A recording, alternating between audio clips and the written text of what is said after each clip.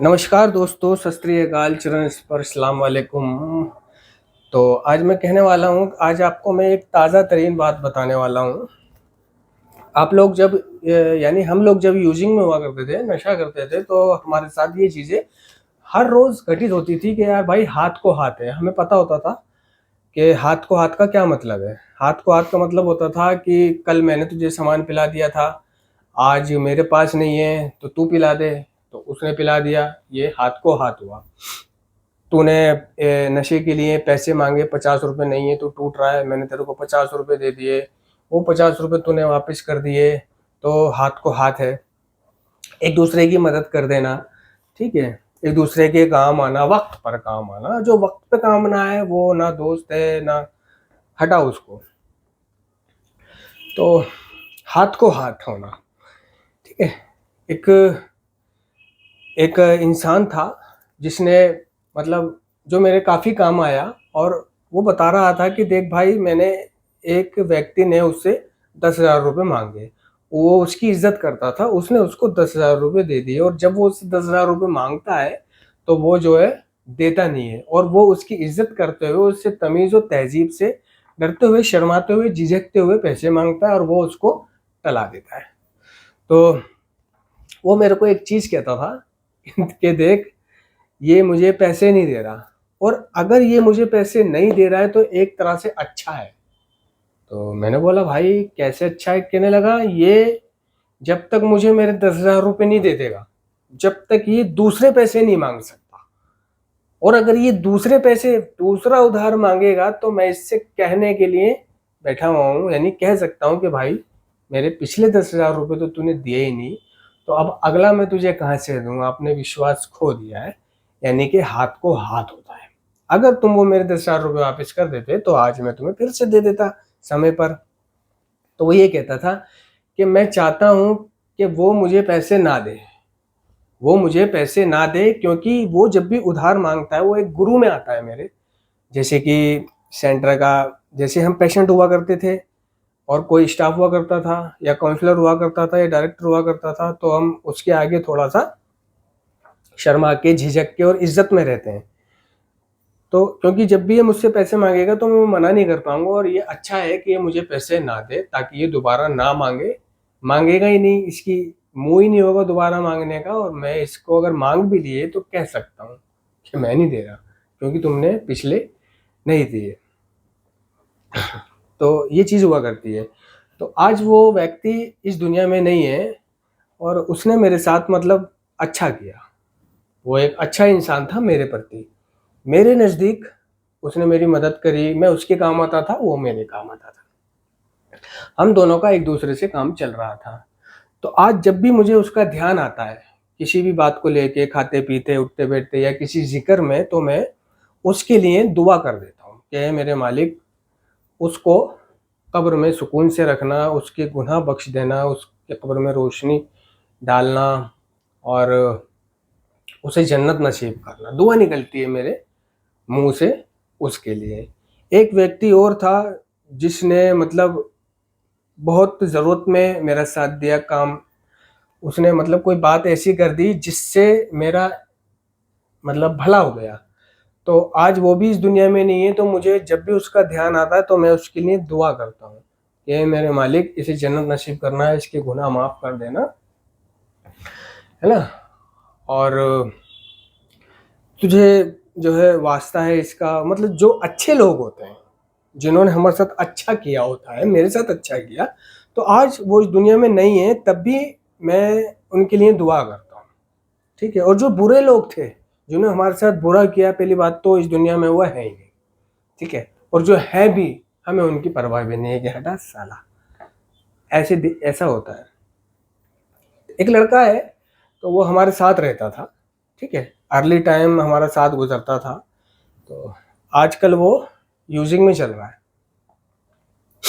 तो मैं हर बार सोचता था कि यार इसे किसी तरह से अन्य बुलाऊं। तो मतलब हाथ को हाथ है, ऐसा नहीं है। चाणक्य श्री ने कहा है कि हर मित्रता के पीछे एक स्वार्थ होता है, जिसमें स्वार्थ नहीं वो मित्रता नहीं।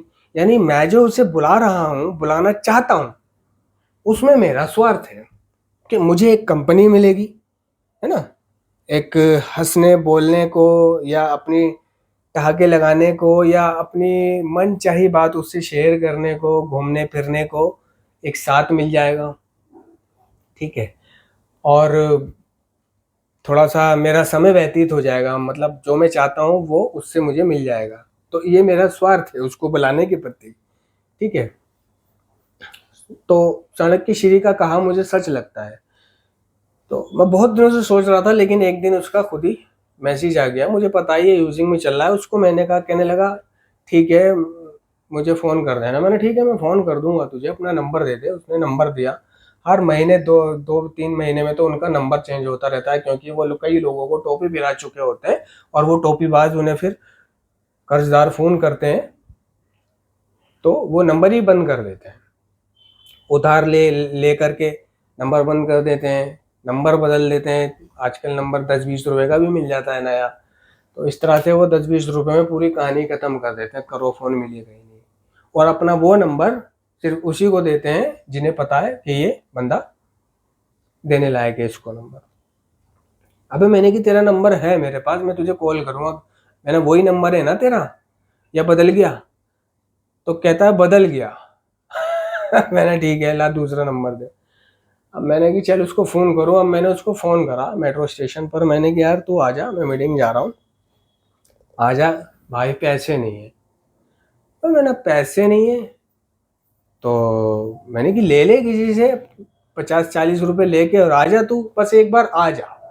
तू आ जाएगा तो तेरा खाना पीना, है ना, फिर वापस घर जाना, ये सब मैं कर दूंगा। पहले आ तो जा। तेरा वो तो गाड़ी में पेट्रोल नहीं है। मैंने पेट्रोल नहीं है तो पेट्रोल डला ले किसी से उधार लेके। किससे लूँ? मेरे पास 30 रुपये पड़े। मैंने पेट्रोल कितने रुपए का पड़ेगा कम से कम? कह रहा कम से कम 50 रुपये का पड़ेगा। अच्छा, कह रहा तुम कर दो। तो पहले तो मैंने उसको वैसे ही कहा तुम ऑनलाइन भेज दो। मैंने कि नहीं यार मेरे पास ये ऑनलाइन वगैरह नहीं है भाई, मेरे बैंक में पैसे नहीं है। हाँ कैश है मेरे पास में, तू आ जा किसी तरह से, अड़ोसी पड़ोसी से किसी से भी उधार लेके, और रात को जाके तू मुझसे पैसे लेके उसको उधार दे दियो, वो पैसे वापस कर दियो और तेरा खाना पीना सब कुछ मैं करूँगा। तो एक तो ये था कि मेरा स्वार्थ ये था। दूसरे मन में ये थी कि चलिए आ जाएगा तो एक रिकवरी की तरफ इसका रुझान होने लग जाएगा। हो सकता है इसकी दिशा बदल जाए, इसकी सोच बदल जाए, एक मीटिंग करके, एक बार मेंबरों से मिल के फिर से इसको वो चीज़ें अच्छी लगने लगे, मीटिंग अच्छी लगने लगे, और हो सकता है इसका नशे का छोड़ने का इरादा बनने लगे। एक मन में ख्याल ये भी था कि दूसरी तरफ इसकी भी भलाई है कि इसी तरह ये अगर हर बार आने लगा तो हर बार अन्य वो चीज़ है कि जिसमें आते आते आदमी का नशा बंद हो ही जाता है।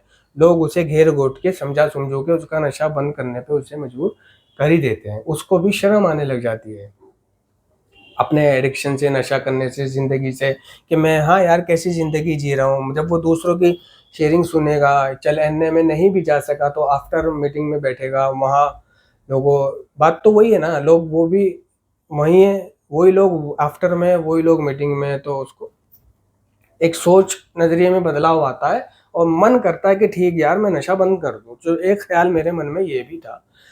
तो मैं चाहता तो उसे मतलब 500 रुपये, 400 रुपये, 100 रुपये, 200 रुपये ऑनलाइन भेज सकता था, लेकिन मुझे उसकी फितरत का मालूम है। एक तो मालूम है, दूसरी खुद भी सावधानी बरतनी चाहिए, खुद भी सावधानी बरतनी चाहिए। मैंने उससे झूठ कहा कि भाई मेरे पास ऑनलाइन नहीं है, कैश है, तू एक बार आ जा। क्योंकि मुझे पता है कि अगर मैं इसे 100-200 रुपये, 300-500 रुपये भेज दूँ, ये ना आए तो मुझे बहुत बुरा लगेगा और मेरे खुन्नस बढ़ेगी इसके प्रति। फिर मेरा मन चाहेगा कि इसी किसी तरह से ढूंढ ढांड के मिल जाए ये, बस इसे फिर बताऊंगा। तो मैं नहीं चाहता था कि मेरे को क्रोध चढ़े या मुझे 400-500 रुपये अचानक से बर्बाद हो जाने का अफसोस हो।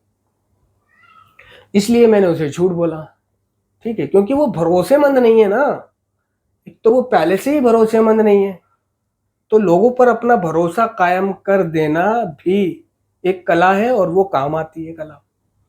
ये चीज काम आती है। आपने सबका भरोसा तोड़ते चल रहे हो जीवन में, आपका कोई भला नहीं कर पाएगा, क्योंकि भरोसा ही नहीं है उसे। कोई आपको पैसे नहीं दे पाएगा, कोई आपकी मदद नहीं कर पाएगा। अगर आपने अपना भरोसा लोगों पे कायम कर रखा है तो आप किसी को भी फ़ोन करके और एट अ टाइम पे कुछ भी मांग सकते हो, जो वो दे सकता है, उसकी जितनी हैसियत है, 100-500 तो कोई भी दे सकता है, तो वो दे देगा, क्योंकि आपका भरोसा आपने उस पर बना रखा है, उसका तुम्हारे ऊपर भरोसा है कि हाँ, अगर मैं इसको पैसे देता हूं तो ये पैसे मेरे मरेंगे नहीं, भले ही देर सवेर हो जाए लेकिन बंदा ठीक है दे दे, चाहे ये नशा भी कर रहा है, ये जब भी देगा। समझे ना? तो लोगों पर भरोसा बना के चलना ये नारकोटिक्स एनोनिमस का कार्यक्रम सिखाता है ना? देर से लोगों से जो वादा कर लिया, 5 बजे मिलूंगा, 5 बजे मिलना, यानी वचनबद्धता को कहता है। जुबान जुबान है ना, जुबान की कीमत दिखानी है आपको, अपनी जुबान की कीमत बढ़ानी है, जुबान की। और इंसान के ईमान की पहचान ही उसके वादे की पाबंदी से होती है। तो आप अपना वादा पूरा करे जाओ, लोगों पर भरोसा बनाए जाओ, वह चाहे आपका भरोसा तोड़ते रहें, है ना, वह चाहे आपके बताए हुए टाइम पर उपलब्ध ना हो, कोई बात नहीं, ठीक है। कई किस्से ऐसे हैं जो जिन पर मैं भरोसा नहीं कर सकता आज भी। एक को मैंने, पेशेंट था, है ना, वो बाहर आके मीटिंगें करने लगा और उसने एक रात शाम को फ़ोन किया कि भाई आप कल मीटिंग आ जाओ और आपसे मिलने की इच्छा हो रही है। मैंने कि ठीक है, तो कल इतने बजे मिल जाना मेरे को आफ्टर में, कि ठीक है भाई। अब भाई वो मुझे इतने बजे नहीं मिला, और जब मैंने उन्हें फ़ोन करा तो वो फ़ोन नहीं उठा रहा है, दूसरे को फ़ोन करूं उनने उठाया तो वो मतलब ऐसे दिखा रहा जैसे उसको पता ही नहीं है कि हमारे बीच कल क्या बात हुई थी, हमारे बीच क्या वादा हुआ था। भाई मैं भूल गया, मैं चलो अब आ रहा हूँ, आप कहाँ हो? अबे भाई तू भूला नहीं था, तुझे याद था, लाइटली लेना, आदत से मजबूर होना, ठीक है। और वो दूसरा वाला जो बहुत वाहवाही करता है, जो मतलब पीपल प्लीजर है, चमचागिरी उसके रग में शामिल, वो भी नहीं आया भाई, और फोन भी नहीं उठाया उसने। भाई वो 6 बजे जाके मेरे को मिले, 6:30 बजे करीब। अब मैंने कि अब आ रहा है, फोन क्यों नहीं उठाया तूने, और तूने तो कहा था कि भाई मिलूंगा मैं, मतलब तुमने फर्स्ट इम्प्रेशन लास्ट इम्प्रेशन, मैंने कि ये जो फर्स्ट इम्प्रेशन तूने मुझ पर छोड़ा है ना, तो इसकी वजह से मैं जीवन भर तुझ पर विश्वास नहीं करूंगा, और आज के बाद मैं तुझे कॉल नहीं करूंगा, आज के बाद मैं तुझे किसी भी कार्यक्रम में शामिल नहीं करूंगा, अपनी सोच में शामिल नहीं करूंगा, तुझे मानकर नहीं चलूंगा, तू कौन है? उससे जब मैंने उसकी वजह पूछी ना आने की, समय पे ना आने की, वादे को ना निभा पाने की, पहले वादे को, तो जानते हो वो वजह क्या बता रहा है? कह रहा है मम्मी बाहर गई हुई थी और मैं बस लेटा हुआ था, और आने के लिए उठकर तैयार हो रहा था, इतने में ही पड़ोसन आ गई, और घर अकेला था, मम्मी भी गई हुई थी और मौका भी अच्छा था। समझे? मम्मी भी गई हुई थी, पड़ोसन भी अचानक आ गई, और मौका मिल गया अचानक, तो उन दोनों के बीच शारीरिक संबंध बन गए, घर पर ही चलकर आ गई, है ना। तो मैंने कि अच्छा चल भाई ठीक है, पर मैंने कि तुझे अपना वादा पूरा करना चाहिए था। चल तू आ भी नहीं सकता था, ऐसी कोई बात थी तो तू मेरा फोन तो उठा सकता था ना, फोन उठा के कह तो सकता था कि भाई बस जो मैंने आपको वादा किया है उससे मैं सिर्फ 1 घंटा आगे पीछे हो जाऊंगा, है ना, तो मुझे फिर भी अच्छा लगता। लेकिन फोन ही ना उठाना, बात ही ना करना, और वादे को भी पूरा ना करना, किस वजह से? कि पड़ोसन आ गई थी और मौका भी अच्छा था, दस्तूर भी था, मौका भी था, सब कुछ था। अच्छा मैंने की, ठीक है भाई, आज के बाद मैं तेरे को कभी, यानी देखो कितना ठोस कारण बता रहा है वो, वादे को तोड़ने का, कितना ठोस कारण बता रहा है कि उसकी लेने की वजह से, और घर पे अकेला था, घर वाले भी गए हुए थे, मौका भी था, दस्तूर भी था, मौसम भी था, सब कुछ था, इस वजह से लेट हो गया है? मैंने आज तक उसको नहीं पुकारा, आज तक मैं उसको शामिल नहीं करता। फिर उन्होंने मेरे से सॉरी सारी माफ़ी मांगी कि आज के बाद ऐसा नहीं होगा, लेकिन आज के बाद फिर ऐसा हुआ, फिर उसने दूसरे व्यक्ति ने वादा तोड़ा। तो मैं उन्हें अब अपनी सोच में, याद में या किसी भी फरियाद में शामिल नहीं करता। या अगर वो अब मुझसे कोई मदद मांगेंगे भी तो मैं उन्हें मना कर दूंगा, या अब अगर वो मुझे पुकारेंगे भी तो मैं नहीं आऊँगा। मैंने ये ठान लिया है। और तो और मैं ऐसे लोगों को अपनी फेसबुक, इंस्टाग्राम से भी हटा देता हूँ।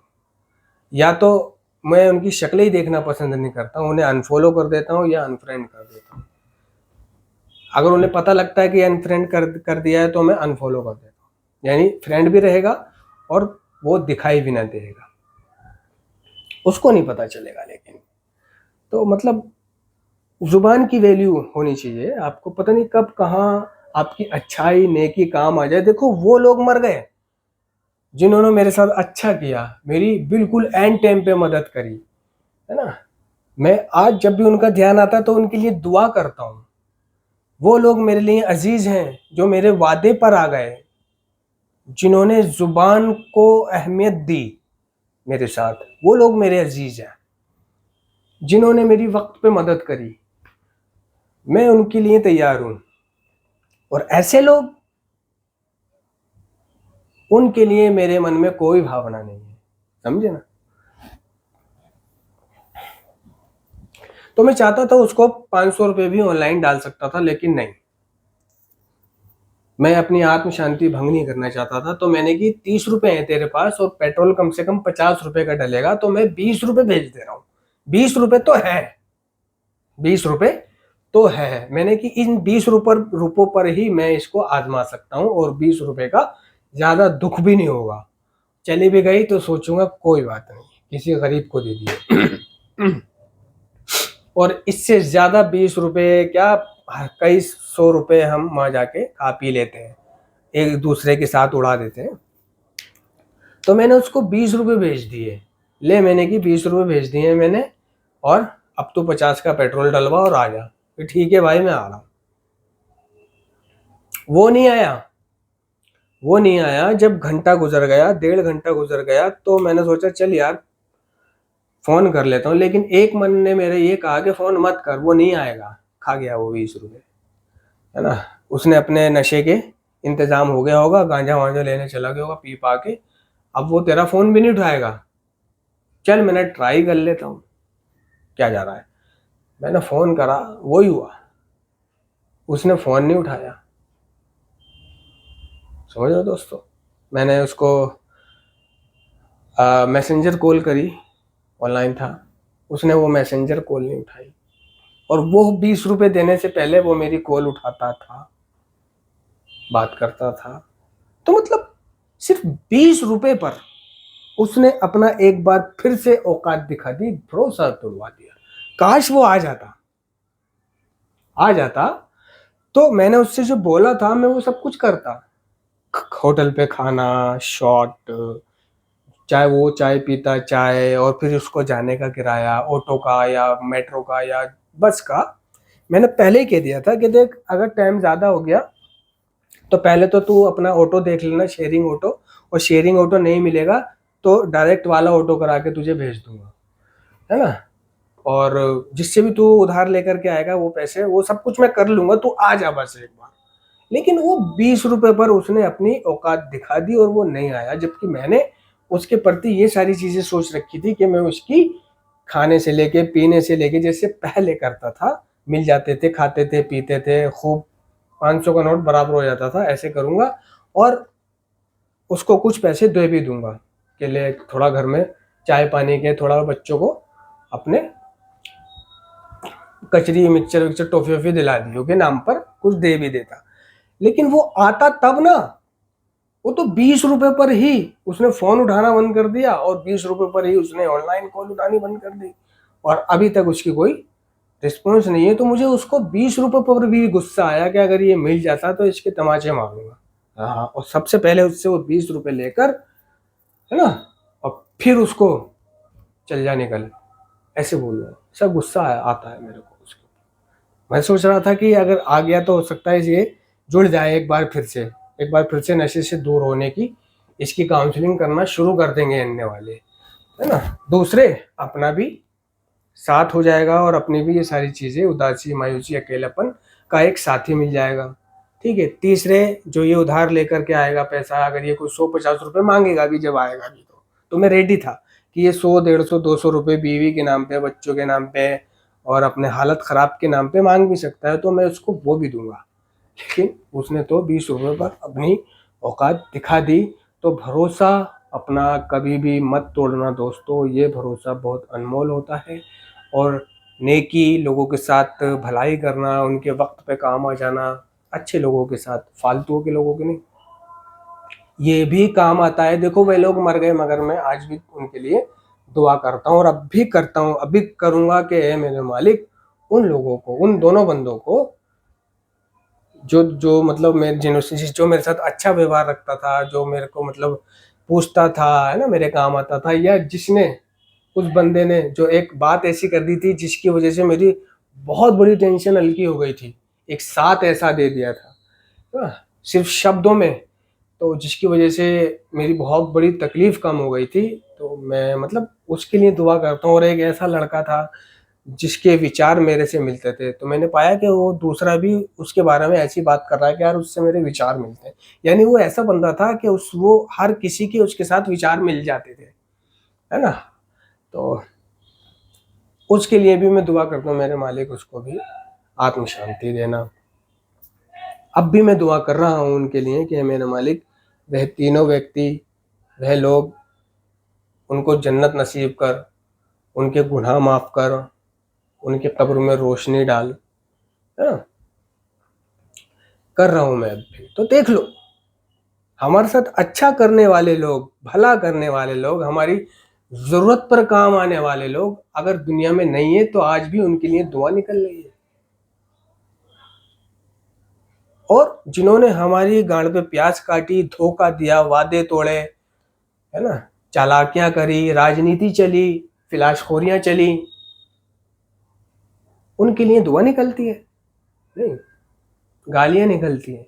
मर जाए साला, साला बर्बाद हो जाए, बेड़ा गर्क हो जाए इसका, है ना, मिल जाए बस, ये कुछ हो जाए इसका, ये होता है।